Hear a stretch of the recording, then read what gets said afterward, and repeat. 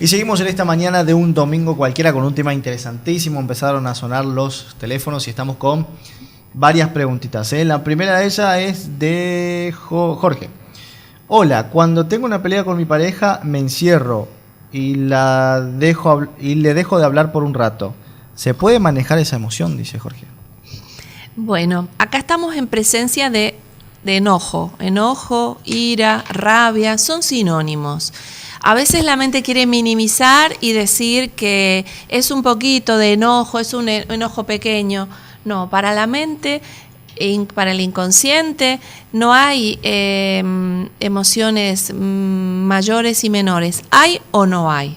Uh-huh. Entonces, no hay grados.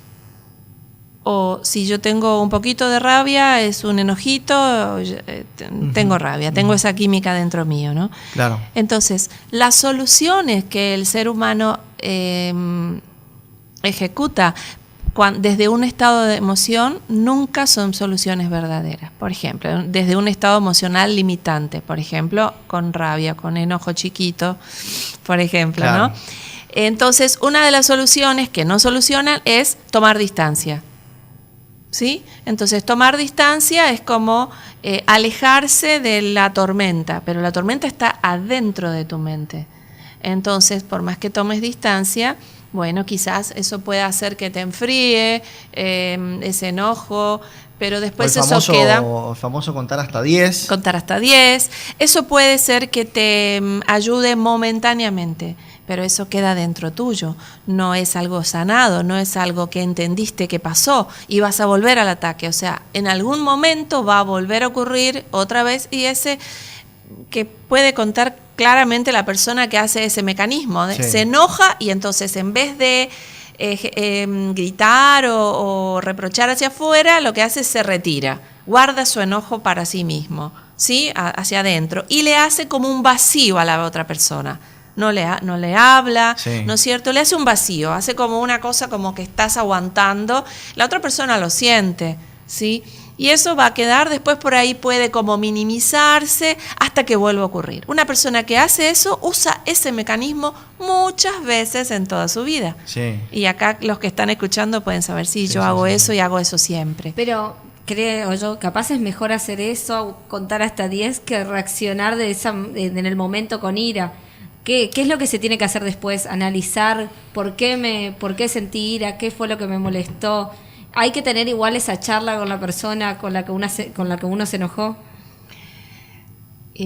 Considerar que es mejor retirarse y no enojarse o no reaccionar en ese momento no es una solución, porque la persona se va a retirar con ese enojo dentro y la próxima vez va a tener un poquito más de rabia. O sea, eso va a ir creciendo, así como hablamos antes acerca de que la tristeza va creciendo hasta que se transforma en depresión, la ira también. Primero es una cosita chiquita y va creciendo, claro, creciendo, hasta que después son cosas inmanejables. Me hace acordar a estas peleas de parejas que surgen cuando uno se enoja por algo y al final se enojó por cosas que pasaron hace un mes, hace 3 meses, claro, y vas recordando todo lo que te enojaste antes, pero no lo dijiste. Exactamente. En el momento en el que te enojaste y cuando le decías a la persona, pero nunca me dijiste que te había molestado. Exacto.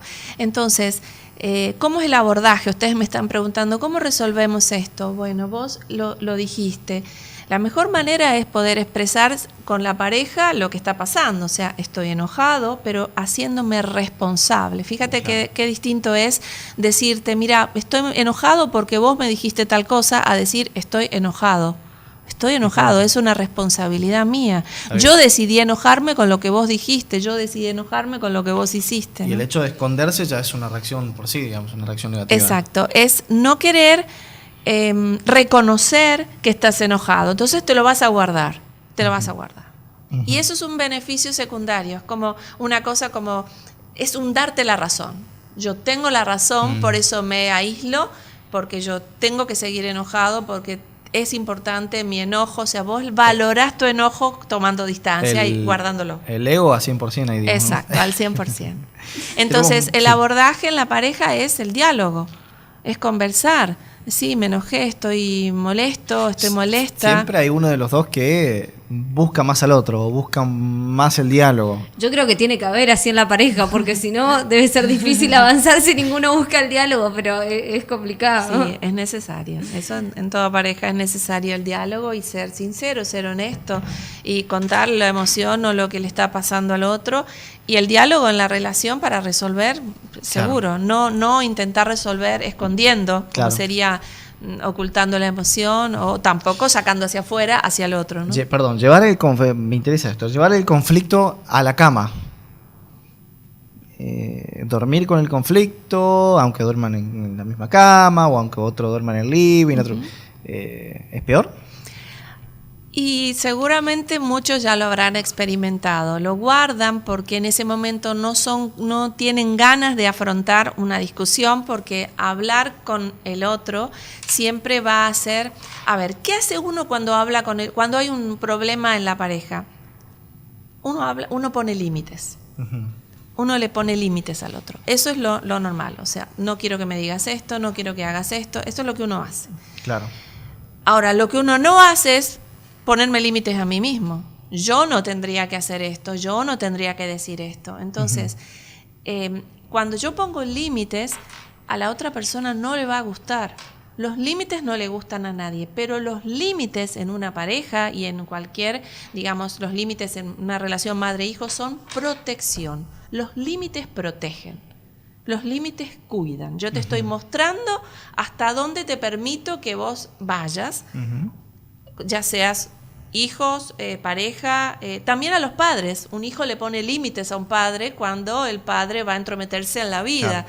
Entonces, el límite protege. Tenemos que dejar de pensar que poner límites es discutir. Poner límites es lo más saludable que hay que hacerlo, pero va a confrontar. Va a ser confrontativo, porque a nadie le gusta que le digan, mira, podés hacer esto, pero esto no. Entonces, hay que afrontar poner límites. Hay que afrontar ese momento de decir, bueno, voy a conversar con mi pareja acerca de esto que no me gustó y tengo que ponerlo sobre la mesa. ¿Pero qué hago? Me retiro porque no quiero hablar con él, no quiero hablar, no quiero discutir, no me quiero poner límites, no quiero mañana será otro día. Mañana será otro día. Y mañana cuando esté almorzando, cuando la persona se le caiga un vaso, voy a enojarme muchísimo más que porque se le cayó un vaso, ¿no? Porque yo guardé, escondí y como decía antes Juliana, la persona va a empezar a sacar reproches de ayer, de hace 5 años, de hace 30.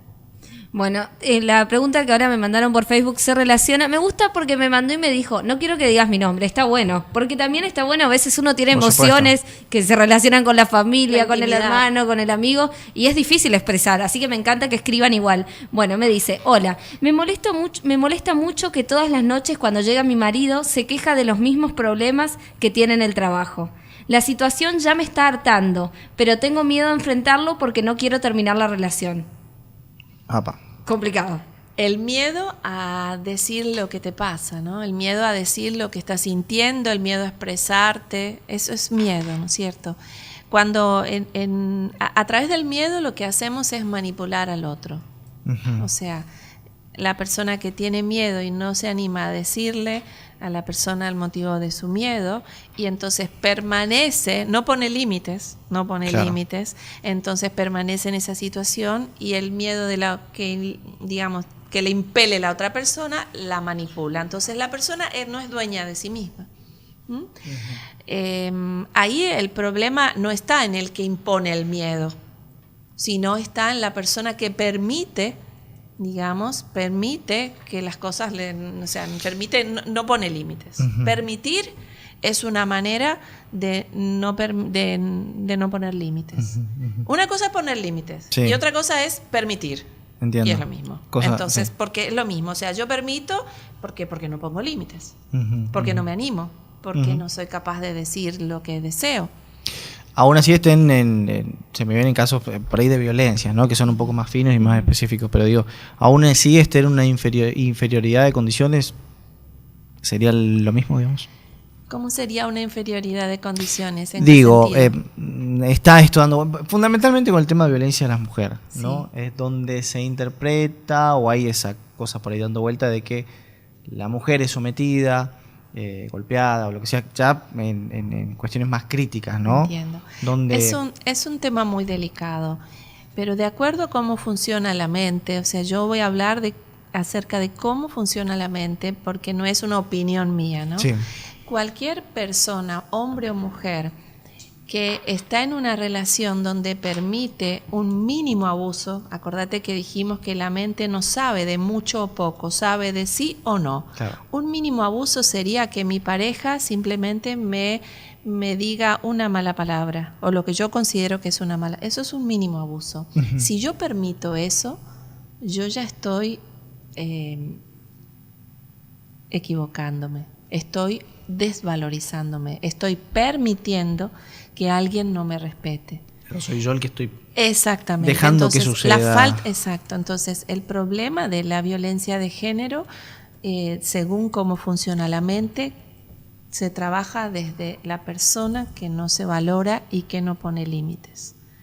El otro no tiene absolutamente nada que ver, porque una mentalidad que no cambia y considera que el culpable es el que ejerce la violencia, esa mentalidad de la mujer en este caso, según lo que me estás preguntando, sí, va a volver a tener otra pareja con la que va a pasar lo mismo, porque el problema está dentro de la mentalidad de la mujer que no sabe valorarse y ese es el trabajo que tiene que hacer. Y hoy en día creo que también pasa con los hombres y que me parece, bueno, he entrevistado hombres y mujeres que sufrieron violencia de géneros y el problema del hombre es que es muy difícil para él contar que sufre violencia de género o darse cuenta que está sufriendo violencia de género. ¿Cómo siendo hombre sufrís violencia de género? O por ahí para las autoridades, para los amigos, creer que una persona sufre violencia de género siendo hombre, como se ve más común en la mujer, también creo que es muy difícil pararse desde ese lado. Tengo más preguntas de Facebook, si querés que... ¿Querías decir algo, Alicia? Sí, quería decir que el hombre, la mujer con este tema de el feminismo, entre comillas, se ha querido igualar al hombre en las condiciones, pero la mujer no es igual al hombre. Las condiciones laborales pueden ser similares, pero la mujer no puede ponerse a la misma altura del hombre. Y esto nos ha confundido. Entonces la mujer ha tomado una actitud muy masculina con respecto a muchos hombres, incluso a su pareja, y muchas veces la mujer desvaloriza muchísimo a su compañero, con lo que dice, hablando con sus propias amigas o con lo que le dice a la propia pareja, y eso es una violencia de género, claro. Desvalorizar a tu pareja o hablar mal o decir que es tal cosa porque no puede resolver tal cosa, desvalorizarlo de alguna manera, eso es una violencia de género, y eso hace muchas mujeres sin darse cuenta, supongo yo, ¿no? Confundidas en esto de que ellas saben más y tienen la razón o son como más esta cosa de que la mujer es como multitask, que hace muchas cosas a la vez y por eso se cree como súper valorada en detrimento del hombre. Yo creo que cada uno de los dos el hombre y la mujer tiene que encontrar su eje y encontrar su género dentro de sí mismo, ¿no? ¿Tenemos más preguntas? Tenemos más preguntas. Recién ahora se están empezando a animar a escribir. Sí, se ve que cuando escriben 2 o 3 empieza el resto. Bueno, Claudia dice, yo no tengo problemas de que digas mi nombre, así que... Y me dice esto. Me dicen que soy muy cabrona como mi mamá. Y yo me doy cuenta de que es así. ¿Puedo cambiar algo que está en mis genes? Sí. Esto es lo que se llama epigenética, ¿no es cierto? Antes, hace unos 30 años aproximadamente, se pensaba que yo iba a heredar los genes de tal enfermedad que había tenido mis padres o el carácter y bueno, iba a ser así, no había manera. Hoy se sabe que el entorno en el que uno vive y la emocionalidad que uno vive cambian los genes, o sea, epigenética, epi es por encima de los genes, o sea, una persona que cambia sus emociones, por ejemplo, voy a dar un ejemplo claro. Si yo tengo una enfermedad y tengo una personalidad tal, si me quiero curar, voy a tener que cambiar como una media, totalmente, o sea, completamente, como dar vuelta a una media, cambiar completamente mi personalidad si quiero curarme de una enfermedad difícil. Sí. Entonces, ¿Y eso qué significa? Que yo fui más allá de los genes, porque los genes decían que yo iba a tener tal enfermedad y que no iba a poder, que iba a ser imposible. Entonces, claro que es posible. La ciencia ahora habilita a un montón de cosas que antes nos parecían imposibles.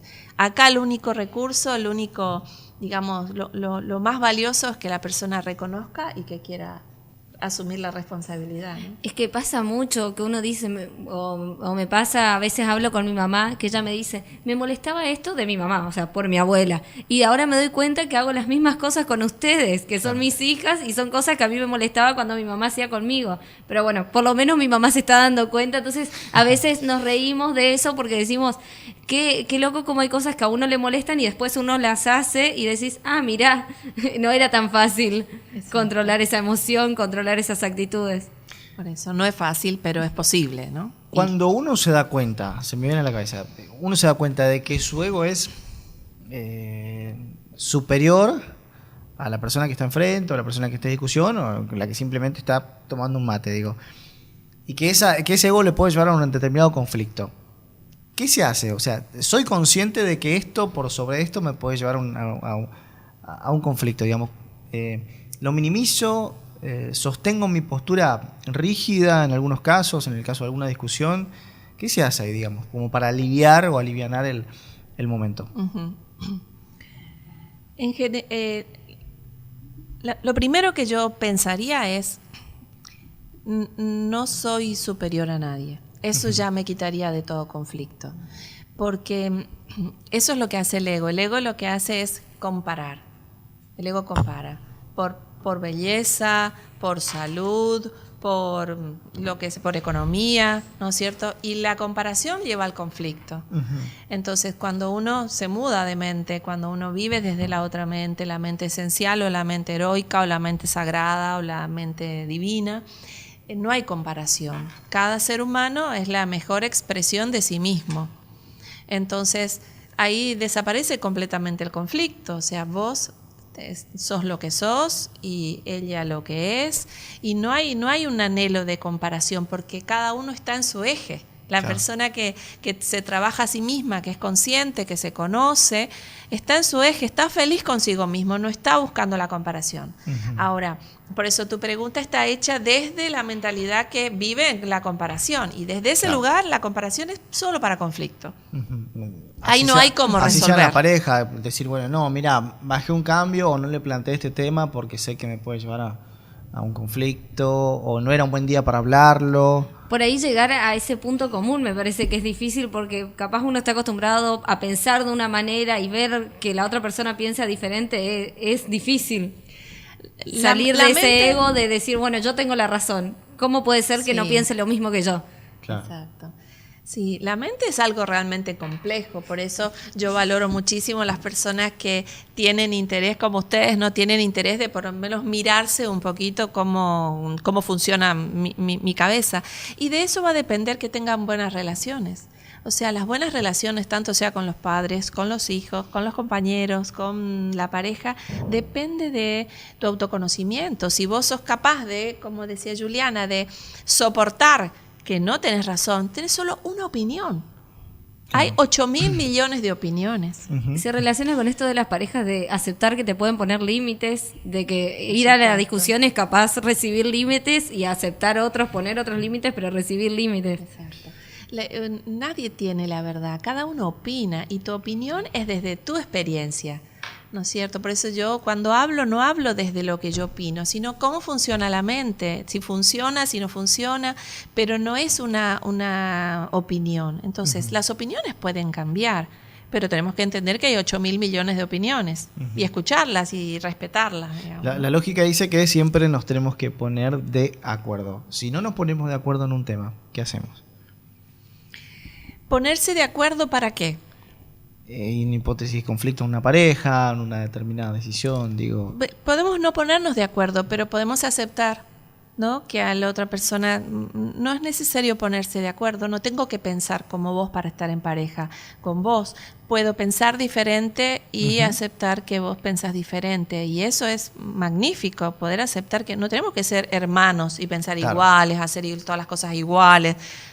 Somos Se suele decir pareja. que se cae en el aburrimiento. Exacto, somos distintos. A él le gusta salir a pescar y a mí me gusta no sé qué, otra cosa, jugar a las cartas, no sé, Claro. distinto. Aprender Y a eso- sumarse entre el otro, decir, bueno, Exacto. puedo aprender de lo que tiene diferente el otro de mí. Exacto. No Está- necesariamente tengo que estar de acuerdo, ¿no? Y en las opiniones tampoco. Él opina esto y yo opino de otra cosa y no es necesario. Tengo que aprender a respetar. Más que estar de acuerdo, a respetar la opinión Fantástico. distinta. Fantástico. ¿Nos queda algo más? ¿Algún mensajito? Nos quedan bastantes mensajes, pero bueno, muchas gracias por escribirnos. Y también estaba pensando nada más, A ver. me hizo acordar a lo que hablábamos con Sergio Bresinski, qué difícil estar de acuerdo y ponerse de acuerdo. Él decía, buscar un punto común entre lo privado y lo público, pero no es fácil, hay que respetarse. Hay que respetar. Y en esta sociedad, como decía Alicia, lo que más falta es el respeto, El más que respeto. ponerse de acuerdo. Hacemos un pequeño corte, Alicia. Muchísimas gracias. Muchas gracias Muchas a ustedes, gracias. chicos.